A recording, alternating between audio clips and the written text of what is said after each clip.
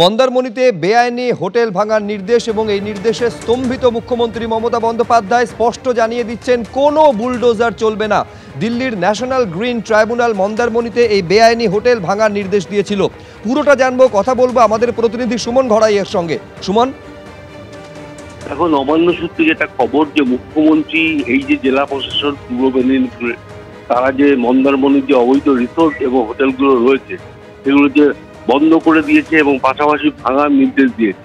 যদি মালিকরা যদি না ভাঙে তাহলে জেলা প্রশাসন নিজেই বুলডোজার চালিয়ে ওটা ভেঙে দেবে।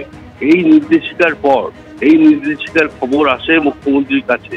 মুখ্যমন্ত্রী নবান্ন সূত্রে যেটা খবর, মুখ্যমন্ত্রী অফিস সূত্রে খবর, মুখ্যমন্ত্রী জেলা প্রশাসনের এই নির্দেশনামাতে অত্যন্ত স্তম্ভিত এবং তিনি বলেছেন যে কোনো রকম বুলডোজার চলবে না। এবং জেলা প্রশাসন এই যে নির্দেশিকা দিল সেটা নবান্নের সঙ্গে অথবা মুখ্য সচিবের সঙ্গে আলোচনা না করেই জেলা প্রশাসন স্বতঃপ্রণোদিতভাবেই এই নির্দেশিকা দিয়েছে। মুখ্যমন্ত্রী অত্যন্ত ক্ষুব্ধ।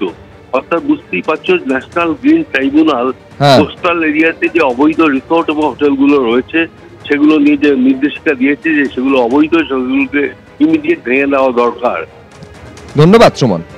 ময়দান মার্কেট এলাকায় কাজের জন্য অবশেষে আরভিএনএল কে অনুমতি বা সম্মতি দিল সেনা। 528 জন ব্যবসায়ীকে আপাতত কার্জন পার্কে অস্থায়ীভাবে সরানো হচ্ছে।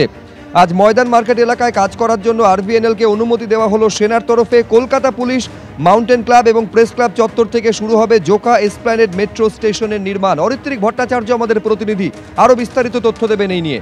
অরিত্রিক, দেখো, এই অংশে কাজ শুরু করার চেষ্টা করেছিল আরভিএনএল রেলের অনুমতি সাপেক্ষে, এবং তারপরে যে সমস্যাটা হয়েছিল যে এই অংশটি সম্পূর্ণ আর্মির জমি।